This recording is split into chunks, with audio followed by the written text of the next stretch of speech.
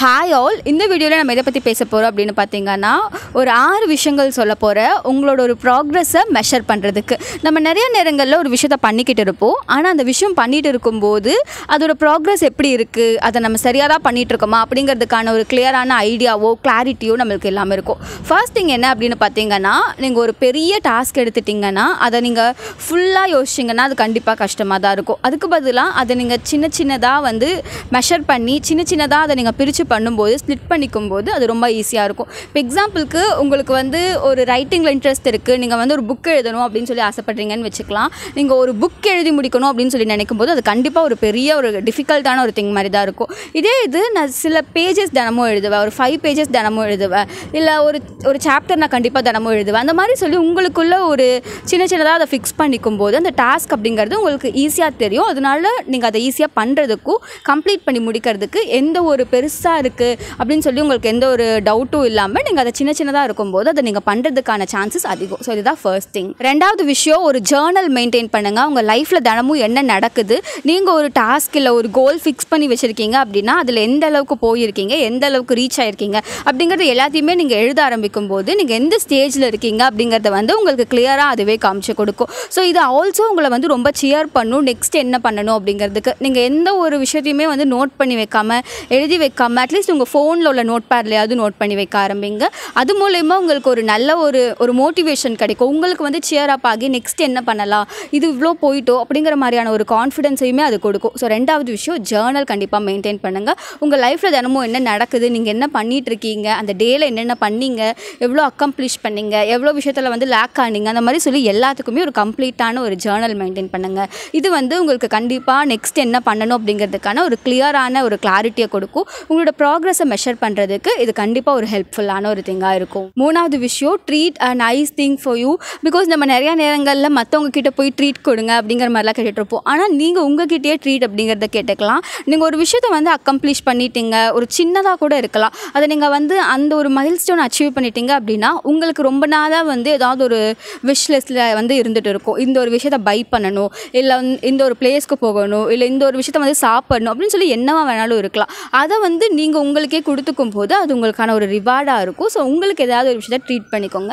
அது உங்களுக்கு ஒரு மோட்டிவேஷனையுமே கொடுக்கும். இது பண்ணி முடிச்சா இது கிடைக்கும் அப்படிங்கிற மாதிரி. அது மற்றவங்க கிட்டே இருந்து தான் கிடைக்கணும் அப்படின்னு சொல்லிலாம் அவசியம் கிடையாது. உங்களுக்கு நீங்களே ட்ரீட் பண்ணிக்கலாம். அது ஒரு நல்ல வே ஆஃப் ஒரு மோட்டிவேஷனையும் நெக்ஸ்ட் பண்ணுறதுக்கு உங்களுக்கு ஒரு நல்ல ஒரு இதை கொடுக்கும், ஒரு வைபை கொடுக்கும் இல்லை. ஸோ அந்த மாதிரியான ஒரு விஷயத்தையும் கண்டிப்பாக கொண்டு வர ட்ரை பண்ணுங்கள். Fourth thing, you should seek feedback from someone else. Because நம்ம ஒரு பாத்தில் போயிட்டு இருக்கும்போது நம்மளுக்கு நம்ம சைட்லேருந்து பார்க்குறப்ப எல்லாமே பர்ஃபெக்டாக இருக்கிற மாதிரியோ எல்லாமே கரெக்டாக தானே போயிட்டு இருக்குது அப்படிங்கிற மாதிரி நம்மளுக்கு ஒரு தாட் இருக்கிறது ஒரு தப்பான விஷயம் கிடையாது. பிகாஸ் நம்ம பார்க்கும்போது 100% அக்யூரேட்டாகவும் 100% பர்ஃபெக்டாகவும் இருக்கிற மாதிரி தான் தெரியும். ஆனால் நீங்கள் உங்களோட மென்டார்ஸ் கிட்டேயோ இல்லை உங்களுக்கான ஒரு நல்ல ஒரு சர்க்கிள் இருக்காங்க அப்படின்னா அவங்கக்கிட்டேயோ இல்லை உங்களுக்கு ஒரு ஃபீல்டில் போகணும் அப்படின்னு சொல்லி நினைக்கிறீங்கன்னா அந்த ஃபீல்டில் உங்களுக்கு ரீச் பண்ணக்கூடிய இருக்கிற மாதிரியான ஒரு பர்சன் கிட்டேயோ உங்கள் நல்ல ஃபீட்பேக் வாங்க முடியுது அப்படின்னா அந்த ஒரு ஃபீட்பேக்ஸை வாங்கிக்கோங்க.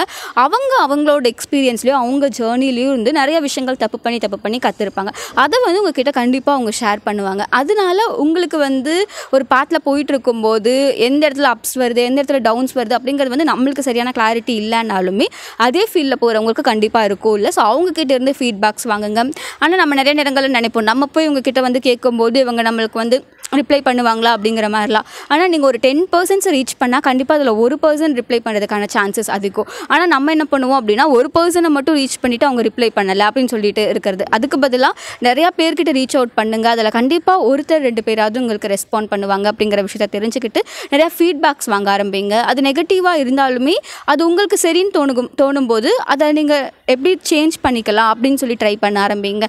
நிறையா நேரங்களில் இது அவங்க சொல்லி நான் என்ன மாற்றிக்கிறது அந்த மாதிரிலாம் இல்லாமல் எல்லோரும் ஒரு பாசிட்டிவான ஃபீட்பேக்கை தராங்க, ஒரு விஷயத்த சொல்கிறாங்க அப்படின்னா அதை கண்டிப்பாக சேஞ்ச் பண்ணுறது ஒரு நல்ல ஒரு விஷயம் தான். 5th இம்பார்ட்டண்ட்டான திங் என்ன அப்படின்னா, ஃப்ளெக்சிபிலிட்டி இஸ் த கீ அப்படிங்கிற மாதிரி தான்.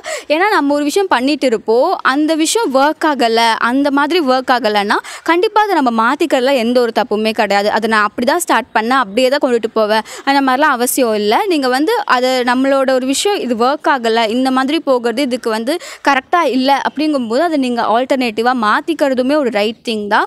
ஸோ நம்ம அந்த மாதிரி மாற்றிக்கிறது அப்படிங்கிறது எவ்வளோ ஃப்ளெக்சிபிளாக இருக்கும், இந்த விஷயம் இப்படி ஒர்க் ஆகலைன்னா இது எப்படி மாற்றிக்கலாம் அப்படிங்கிற அந்த ஒரு அண்டர்ஸ்டாண்டிங்குமே உங்களுக்கு வரது இம்பார்ட்டண்ட்டான ஒன்று. இல்லை இப்படி தான் நான் ஆரம்பித்தேன், இப்படியே தான் கொண்டுட்டு போவேன், அந்த மாதிரி ரொம்ப ஒரு ஃபிக்ஸ்டாக இல்லாமல் ஒரு ஃப்ளெக்சிபிளாக இதை மாற்றிக்கிறதுக்கு நான் என்ன பண்ணலாம் அப்படிங்கிறதையும் ட்ரை பண்ண ஆரம்பிங்க. லாஸ்ட் திங் என்ன அப்படின்னு பார்த்தீங்கன்னா, it's not about keeping up with others. மற்றவங்க கூட நீங்கள் எந்த அளவுக்கு இருக்கீங்க அப்படிங்கிற மாதிரிலாம் எதுவுமே கிடையாது.